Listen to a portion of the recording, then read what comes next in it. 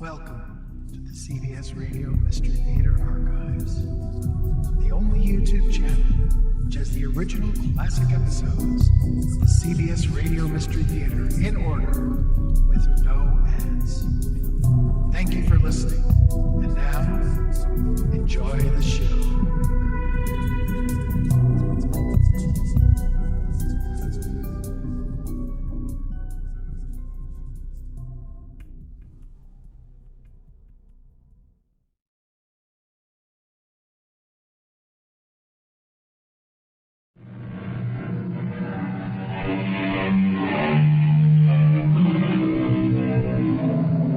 Come in. Welcome. I'm E.G. Marshall. Every age must have its heroes. You may well ask, what is a hero? Obviously, a hero must be one who performs heroic deeds. In the past, we had great patriots, great soldiers, great statesmen, and great scientists. Active men and women who changed the face of our nation and the course of our history. Is it a commentary on our times that today's heroes are only images on a screen? How did you get into my dressing room? Please, I don't want your money. I don't want your autograph. And I don't want you to make love to me. So, what's left? I want you to find my husband. He disappeared. Well, why did you go to the police? Well, you're the police. You're Captain Mace Hacker. Oh, look, come on now. You're a grown-up lady. I'm just an actor. Oh, please, Captain Hacker. Captain Hacker is a character dreamed up by a writer. No, he's real. He's you. The best detective in the world. The only man who can help me.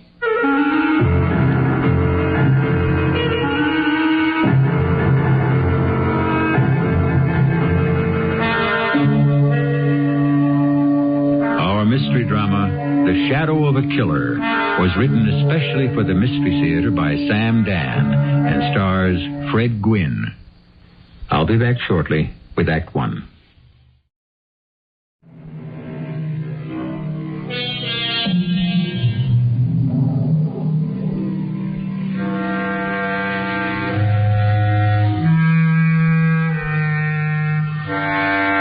The nondescript-looking sedan comes to a stop before a seedy, sagging tenement building in a desolate section of a dreary slum. 3 men get out. One is tall and rugged, with what might be described as craggy features. Quietly, they enter the dismal hallway. Each has a revolver in his hand. They stop before a door. The tall, rugged one raises his foot. With one crashing blow, he kicks the door open. Police! Freeze! Hey, what's the idea? Against the wall. Eddie, Jerry, frisk these animals. Well, hey, look at here. On the table, all these bills. They wouldn't be from the bank job where you killed the guard and 2 customers, would they? I don't know how that dough got there. You don't know how that dough got there, Look, do you? Look, we'll make a deal. All this dough, you keep it. It's not enough. It's $250,000. There's not enough money in the whole world. Cut! And print it. That was perfect, Mace. It's a take. Okay, Maxie, you can get up off the floor. Perry, look! Maxie! His mouth's bleeding. Hey, what is this? He's hurt. Mace, what'd you do to him? I don't know. You must have really hit him. I thought it looked too lifelike. Hey, Max, I'm sorry. Somebody go get some water. Yeah. Get a doctor. Say, Max, listen, I'm sorry. What got into you? We're only making a movie. Max. Yeah? What? Oh, good, he's coming around. Oh, what happened? You're going to be all right, Max. You're going to be all right.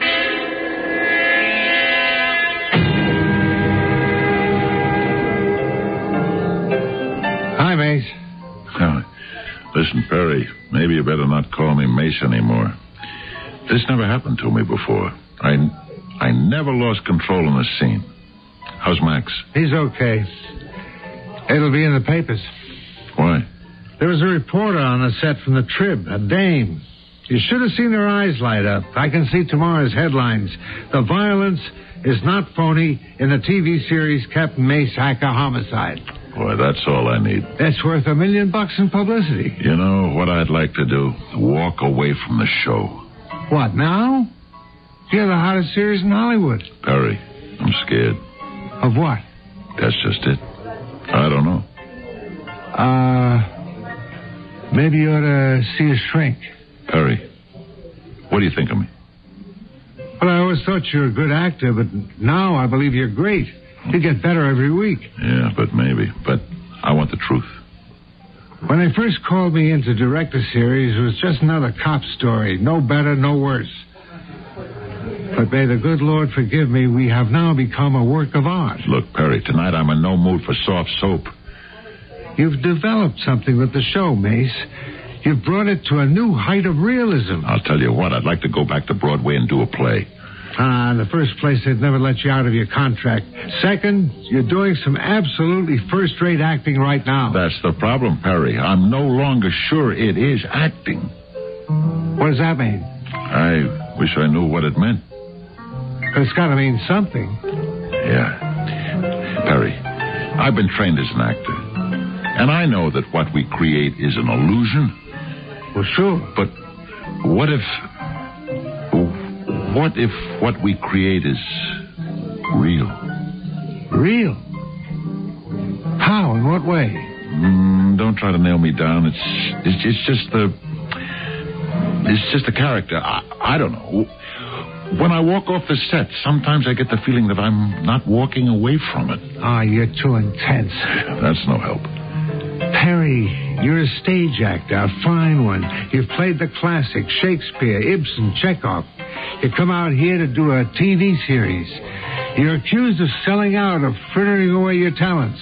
So you say to yourself, I'll show these jokers what acting really is. I'll prove that performing as Mace Hacker can be as great as performing Hamlet. That's what you think, huh? And you've proved your point.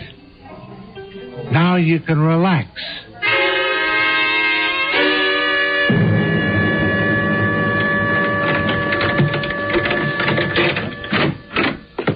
Hey, who are you? And how did you get in here? My name is Irene Fluid. I was on one of the studio tours. We watched you filming your show, and the guide pointed this out as your dressing room. So I sneaked away from the rest of them and came back here. The door was open. Yeah, and so here you are. Oh, please don't have me thrown out. I never have anybody thrown out. I'll say to you what I say to the rest of them. If you want a picture with my autograph, I'm glad to oblige. And now, let me open the door for you. But please... Look, let me explain something. We have a fantastic security system here. Special cops who know exactly how to handle this type of situation. So, if you think you might be able to work this into a big deal, you'll never get it off the ground. I don't want your money. I don't want your autograph. And I don't want you to make love to me.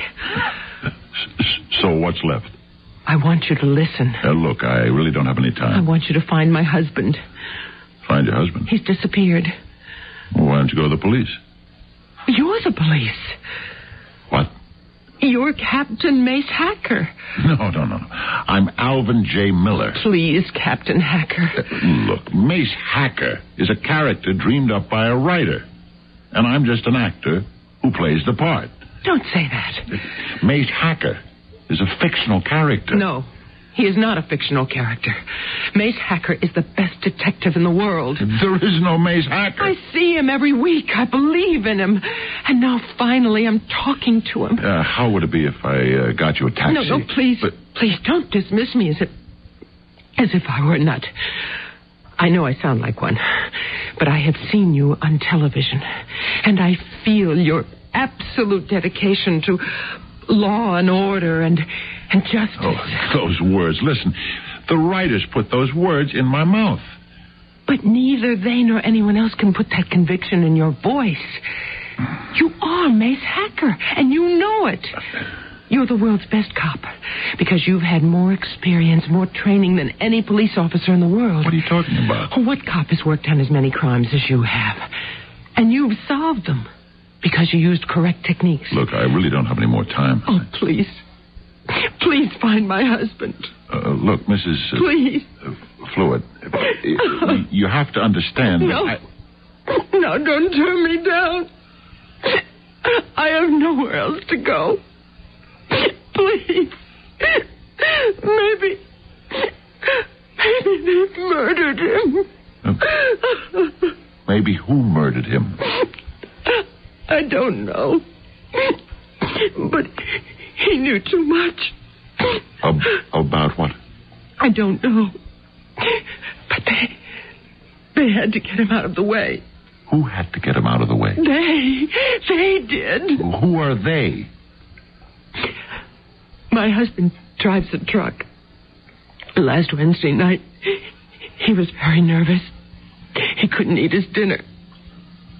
What's the matter? I asked him. Please, Mrs. Fluid. No, I won't leave here until you listen to me. Look, I'll tell you what I'll do. Mrs. Fluid, let me drive you to your home, and you can tell me about it on the way. This isn't a trick now. You're going to listen to me? You've got to promise. I promise.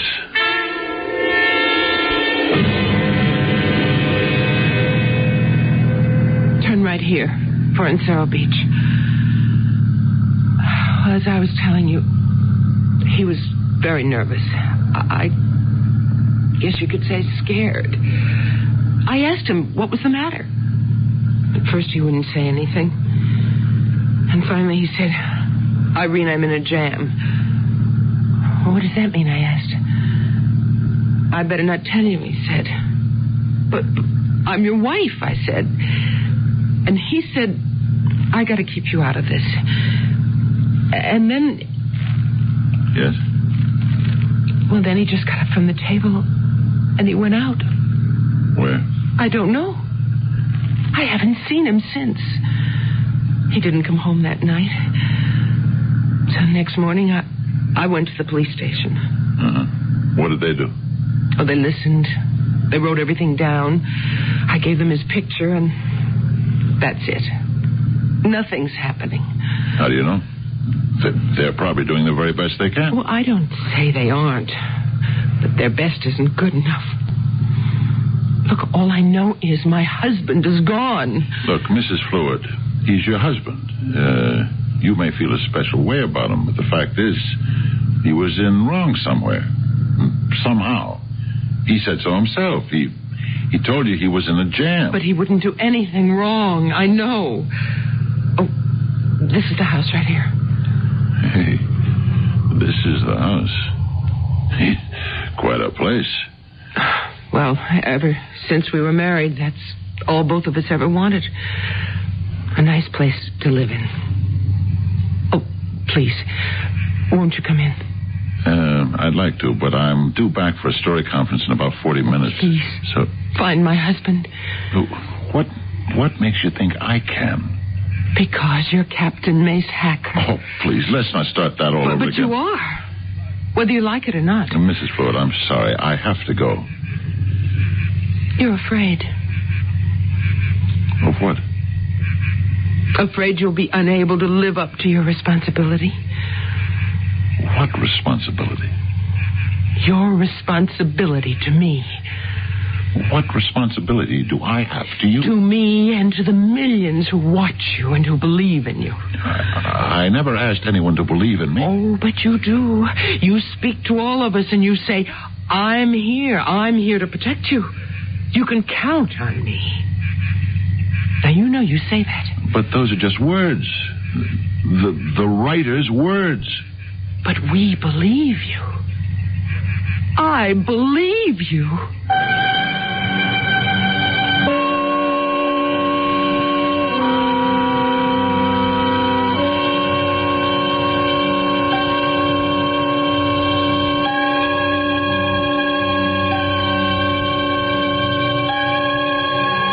There are pretenses which, after a while, become real.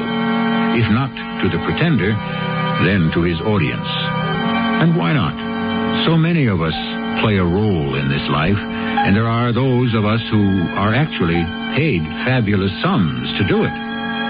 They say sometimes you can't tell the real people from the pretenders without a scorecard.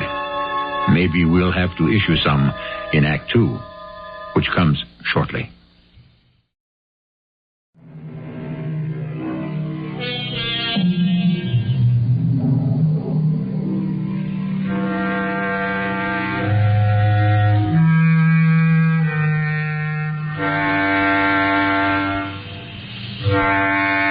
Be what you would like people to think you are. This is a piece of advice that comes to us from no less a philosopher than Pythagoras himself. And so there must be something to it. But like all these previous nuggets fashioned by the great sages, there's always considerable difficulty, not to mention distance, between the desire and the deed. But I believe you. You are Captain Mace Hacker. I believe you. I said I was sorry. I'll never believe anybody again as long as I live. Mrs. Fluid. Mrs. Fluid?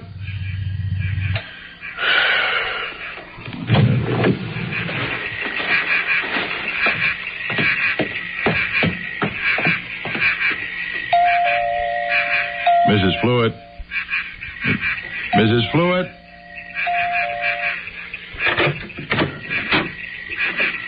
Yes. You must let me apologize. For what? That's it. I don't even know for what. But I have this feeling I've done something wrong. May I come in? Say, this is a beautiful home you have here. We're very proud of it. Look, you don't really have to apologize to me. I realize what I did was quite silly. It's just that I'm desperate. I don't know where to turn. Oh, I would offer you a drink, except I know you never take one. That's right. I'll tell you what you could offer me, though. Whatever it is I'm smelling. It must be delicious. Oh, that's dinner. I just left it to simmer on the stove. Oh, what is it? Beef stew. You see, ever since I became Mace Hacker, whenever I go out to eat, wherever I go, I'm recognized. I can never enjoy a meal. Well, would you care for some? Well, thank you. And why don't you tell me more about your husband?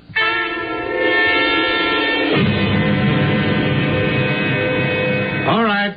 I want to do the scene between Hacker and Inspector Kelly again. We have practically the same dialogue in every show. You should be able to do it in your sleep. So let's do it in one take. Roll 'em. Mace Hacker, script 28, scene 27, take 2. Action. First, Mrs. Fluid, you tell me your husband drives a truck. Then I find out you live in this fantastic house in very exclusive Encero Beach. Cut! Hey, where do those lines come from, Mace? What? Mace, what script are we doing? I don't... Who is Mrs. Fluid? Mrs. Fluid? Yeah, whose husband drives a truck. Mace, none of this is in the script. Yeah, I realize that. You okay? Yeah, sure. I just must have been thinking about something. You want to take a break? No. It's okay. I'll be all right. Let's take it again.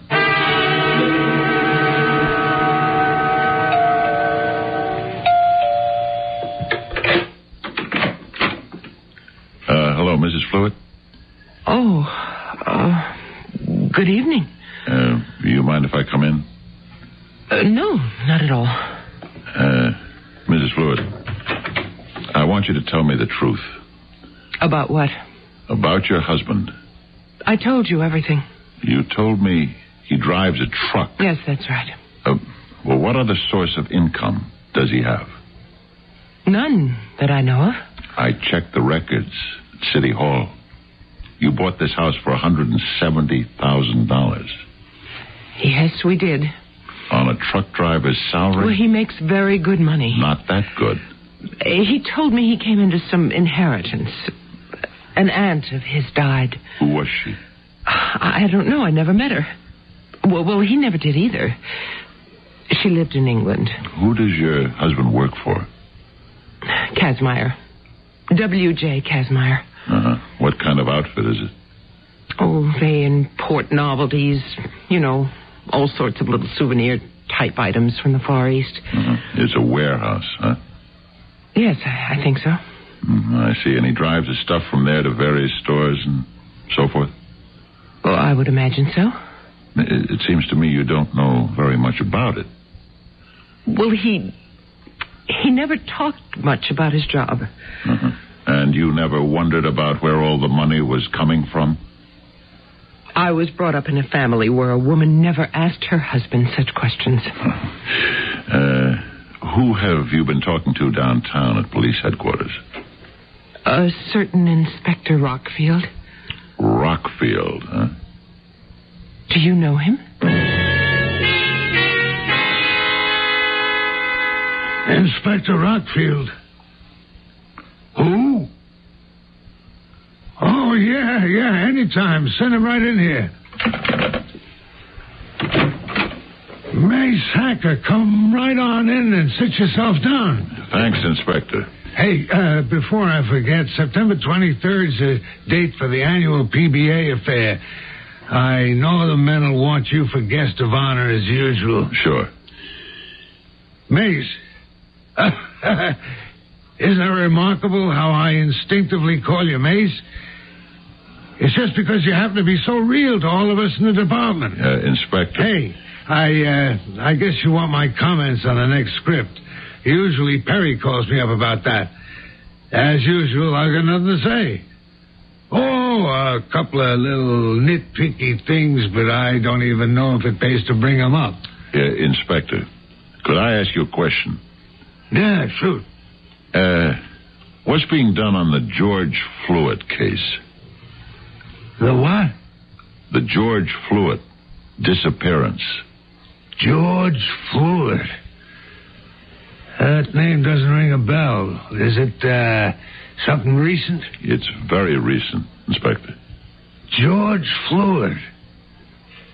Doesn't mean a thing. Well, I've been talking to his wife. She says she's been in here to see you. Well, we get hundreds of these things, and I see Fluitt. Let me think. Oh, yeah. He did disappear then? So she claims. She said he was nervous, scared, in a jam of some sort. Yeah, I remember. That's what she said to me. Well?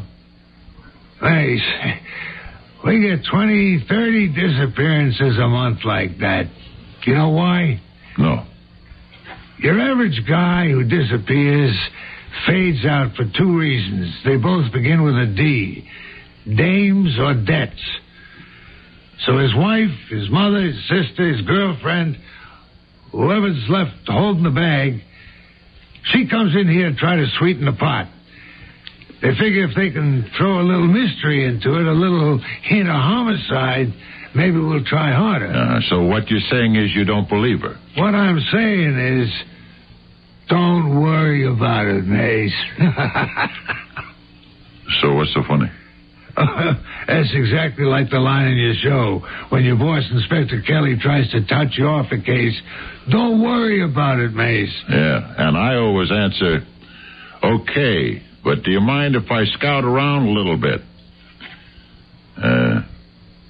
Well? What, Mace? Do you? Do you mind if I scout around a little bit?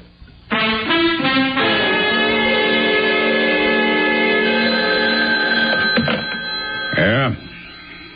Oh, what are you talking about? I can't believe it. It must be a joke. Yeah, all right, send him in. Mace Hacker? Mr. Kazmaier. What is? It is Mace Hacker. Do you mind if I come in? Sure. Come on in. Thank you. Sit down. What can I do for you? I want to talk to you about George Fluid. George Fluid? I understand he drove a truck for you. Oh, yeah, he did. What do you know about him? All I know is he hasn't been into work for over a week now. Do you have any idea why? No. Was he in any kind of trouble that you know of? Trouble? No, not at all. Are you in any sort of trouble, Mr. Kazmaier? Me? In trouble? What kind of a question is that? A very simple question. Now, wait a minute. Are you actually working with the police? You didn't answer the question. No. I'm not in any trouble. I may be back. Thank you, Mr. Kazmaier. You've been a lot of help.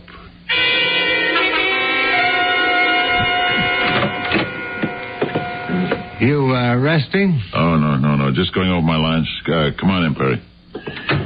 When am I doing the set? You've got about an hour.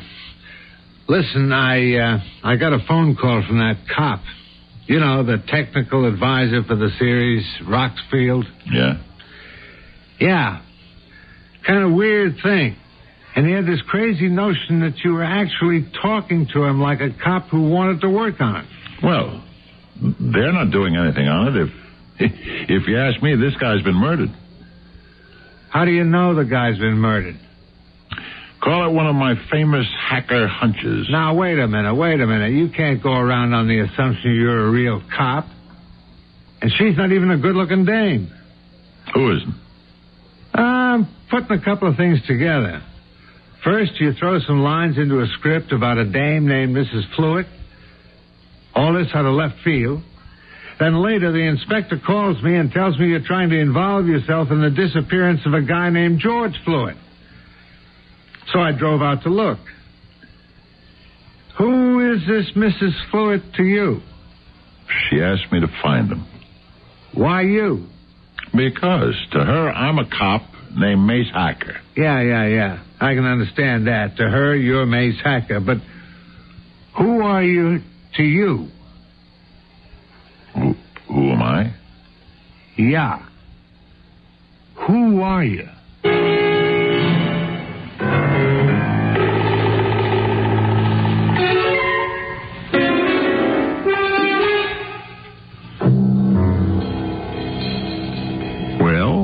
Who is he? All during our story so far, we've had little bits and pieces of suggestion, innuendo, even a certain amount of hard evidence. But the central question remains, as it must, until, of course, we solve it one way or another in Act 3 shortly.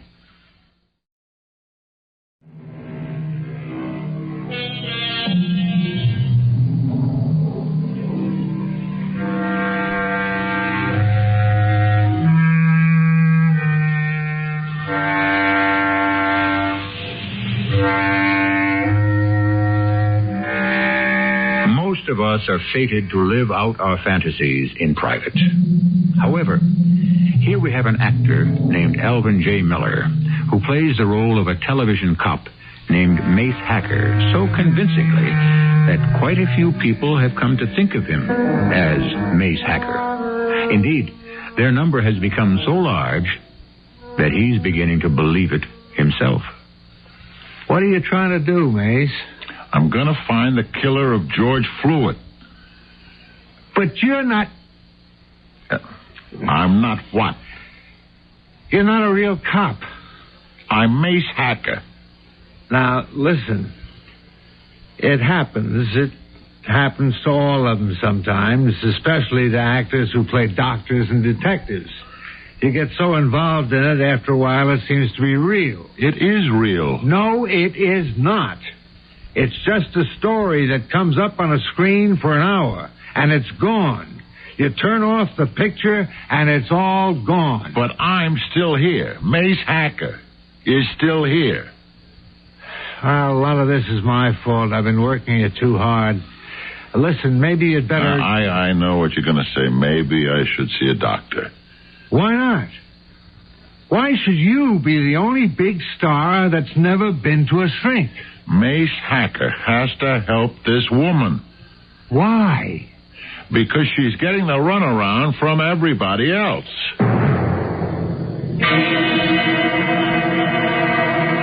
Tell me, Mrs. Fluid, have the police been out here to see you? No. Do they know where you live? Well, yes, they must. They took down my address. They know where your husband works? Yes, it's all in the form I filled out. How did your husband get along with his employer, Mr. Kazmaier?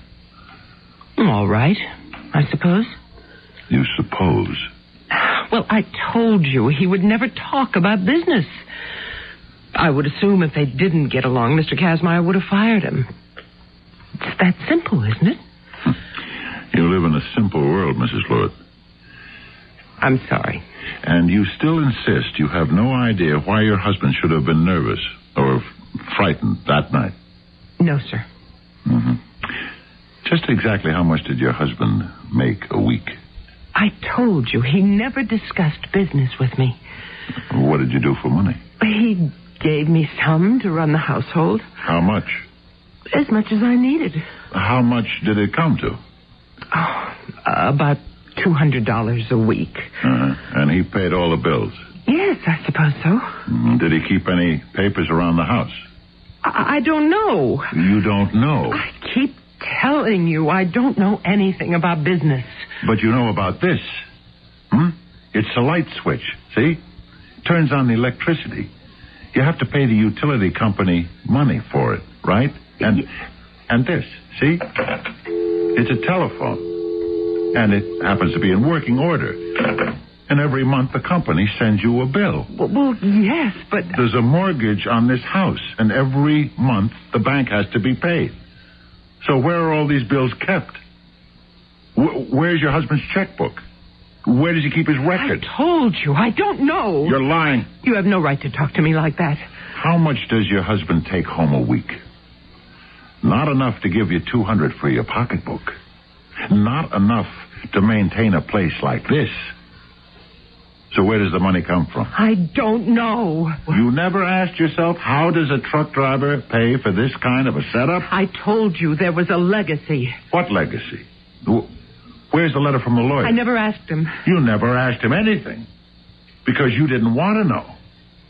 But you knew there had to be something dishonest going on. No, You're living in this house 3 years now, Mrs. Fluid.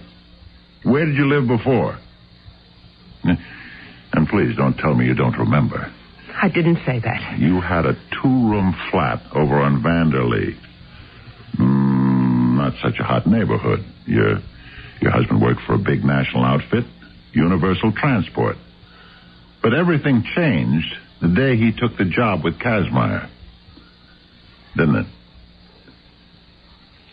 Didn't it? Yes. Why? What do you want me to tell you? The truth. The truth. Well, I taught at Downstate. I was one of those plain-looking girls who did well at school, but not so good at other things. Like dates. It's an old story. They're the best kind. All my friends said it couldn't work. He and I, we were from 2 different worlds. He'd never even finished high school. But he was a man. And he was handsome. And I guess he was in awe of me. Can you imagine? Yeah. He just couldn't believe his good luck. That someone like me could be attracted to someone like him. At first, I couldn't believe it myself.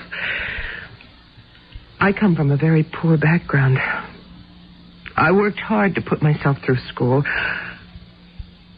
I always yearned for nice things. And so you started to demand them. It's funny how it worked. I never said one word. That can be the loudest demand of all. That's right.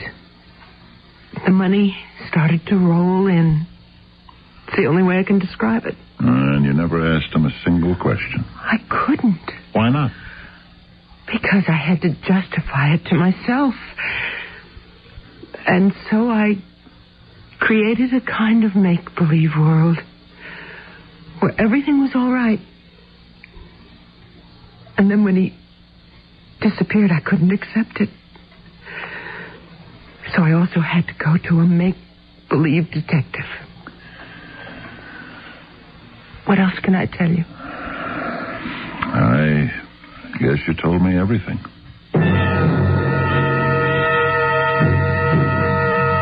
Inspector Rockfield, how are you doing on the fluid case? Oh, look, Mace. No. You look. She walks in here. She says, my husband disappeared. She shows you his picture, a real handsome guy. You look at her, a very plain Jane. So you say to yourself, simple. He walked out on her. That's what you said, wasn't it? Now, wait a minute. That's how you wrote it off. Who says we You wrote... take down all the information as a matter of form. George Fluid, truck driver, 37 Primrose Way in Cerro Beach, age 36. Employer, Kazmaier, Inc. You wouldn't happen to go for this dame, would you? And then you took the sheet of paper and dropped it into the files. There's a terrific story on that sheet of paper. But nobody around here bothered to read it. What story? How does a truck driver make enough money to live in a house on Encero Beach? What kind of salary does he get at Kazmaier? Is he moonlighting? If so, at what? If not, why is he worth so much to Kazmaier?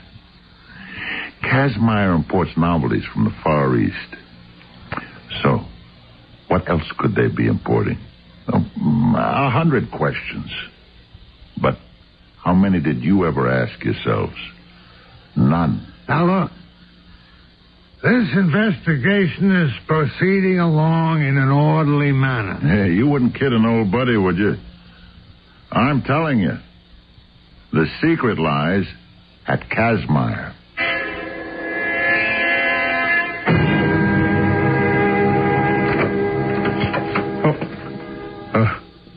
What are you doing here? Good evening, Mr. Kazmaier. What are you doing here? You again, the one who plays a detective. You haven't answered my question. What are you doing here? Oh, I got every right to be here. This happens to be my warehouse. Uh-huh. You keep very late hours. That's how to get ahead in this world. How'd you get in? I jimmied open a window in the back. Well, the burglar alarm must be out of order. No, it's fine. I happen to know what to do about burglar alarms. Oh. Is there any reason why I shouldn't call the police? Absolutely. Because I'd tell them what I was looking for. Oh, yeah? What are you looking for? Look, Kazmaier, you and I could save a lot of time if you told me. Drugs? Diamonds, is it? Or counterfeit? You don't know what you're talking about. Okay, you caught me robbing your warehouse. So call the cops. Nah. No? Why not? If you're on the level. Oh, you're a famous television detective. What are you looking for? Publicity? Why should I give it to you? Why? Because this is a perfect setup for something crooked. You're a reputable businessman. Nobody bothers you. Maybe your truck driver figures it out. Maybe it was his idea. Anyhow, he is in on it. He started making a lot of money. Now, you tell me the rest. Was he becoming too greedy? Too dangerous? Or maybe the other thing. Maybe his conscience started to bother him. Maybe he wanted to get out. Huh? No, Kazmaier, don't try to open that desk drawer. And just keep your hands exactly where I can see them. That gun of yours, is that the one you use in the show? Is it loaded with real bullets or blanks? Mine has live ammunition. I'm betting yours doesn't. Should we find out? It doesn't matter. They're wise to you. Nobody's wise to me except maybe you. In a little while, you're not going to make too much difference. You killed him, didn't you? Yeah, he was beginning to ask for too much money. He married a lady with very expensive tastes. Where'd you hide his body? Same place I'm going to hide yours. Come on, let's go. What makes you think I'm going quietly? I'd hate to have to drag your body out to my car. So why should I make it easy for you? Okay, have it your way. Don't shoot, Inspector. We can take him alive. What? I'm sorry, Mr. Kazmaier. You fell for the oldest trick in the book. Listen, look, we could make a deal. What kind of deal? In a warehouse. I got a shipment of drugs. You were right. $500,000 just for you. It's not enough. All right, name your price. There isn't enough money in the whole world, Kazmaier. And just don't you make a move. Yeah? Give me Inspector Rockfield.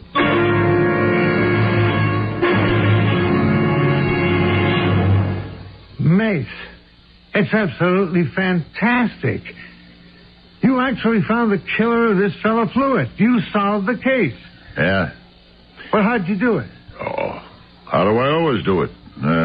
Just routine police work. The media's eating it up. The whole country's talking about it. It was a good show. What was a good show? Listen, Perry, for a while back there, the scripts were all beginning to sound the same.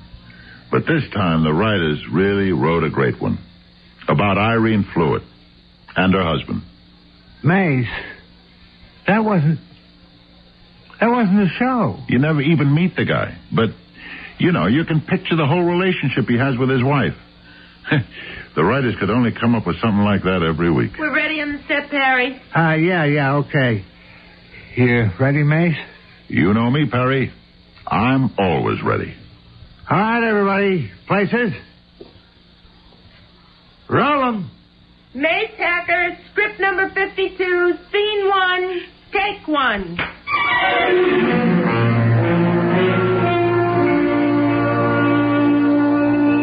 The problem. Does any of us really know who we are and where we are? It's all rather complex, you know. It would be relatively simple if we knew the difference between reality and illusion.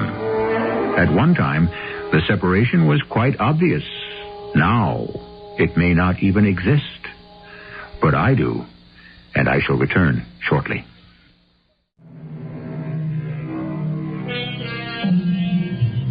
At one time, our heroes were drawn from real life.